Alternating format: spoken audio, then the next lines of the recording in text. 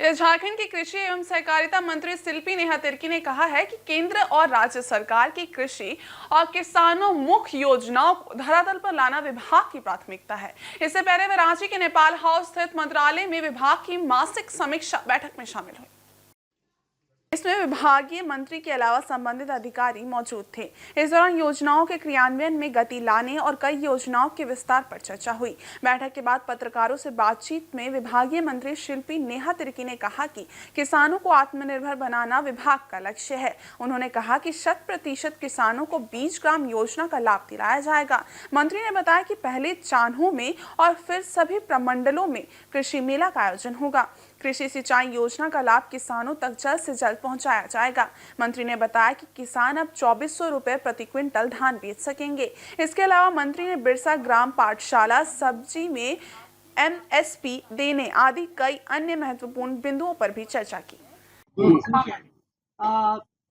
आज हम लोग कृषि, पशुपालन और सहकारिता विभाग का मासिक बैठक, जो दूसरा मासिक बैठक मेरा था, हम लोगों ने आज विभाग से किया है और ये बैठक अभी भी जारी है। और बहुत सारी चीजें जो पिछली बैठक में चर्चा हुई थी, उन्हीं का मेजरली हम लोग एक्शन टेकन रिपोर्ट में चर्चा कर रहे हैं। और बहुत सारी चीजें हैं जो जमीन से जुड़ी हुई है, वो भी निकल के आ रही हैं।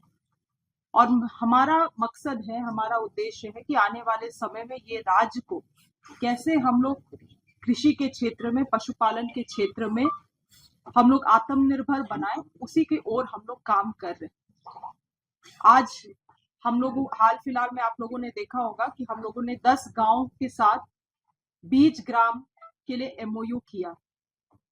मगर पूर्व में क्या हुआ था कि इसी तरह से बीज ग्राम थे, लगभग 10 बीज ग्राम, जो कि सही तरीके से संचालन नहीं होने के कारण फेलियर हो गया, क्योंकि हमारे पास उस समय मजबूत सीड कॉर्पोरेशन भी नहीं था और seed testing agency, certification agency भी नहीं।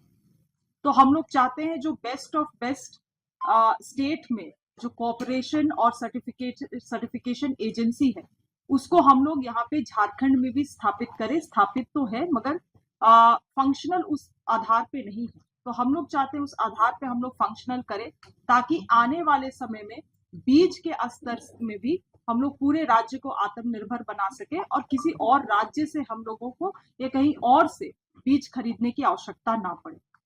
इसके अलावे 18 तारीख को चान्हो में प्रमंडलीय स्तर हमारा कृषि मेला होने वाला है, जहां पे सभी जिला के और ब्लॉक के और साथ ही पंचायत के जितने भी BLWs हैं वहां पे उपस्थित होंगे। इसके अलावे प्रमंडल में, दक्षिण छोटा नागपुर प्रमंडल में जितने भी हमारे जो प्रोग्रेसिव किसान हैं, जो किसान रजिस्टर्ड हैं हमारे साथ, उनको भी आमंत्रित किया जा रहा है। ये बहुत ही बड़े स्तर पे हम लोग करेंगे और मुझे लगता है इस तरह से हम लोग आगे जाके हर एक प्रमंडल में इस कार्यक्रम को अंजाम देने का काम करेंगे। एक चुनौती निकल के आ रही है, जो कि है कि बहुत सारे योजनाओं को हम लोग जमीनी स्तर पर क्रियान्वयन नहीं कर पा रहे हैं, और जिसका मुख्य रूप से कारण है कि हमें जो वैध बेनिफिशियरी है, जो लेजिट बेनिफिशियरीज हैं, लाभुक हैं, उन तक हमारी योजना पहुंच ही नहीं पा रही।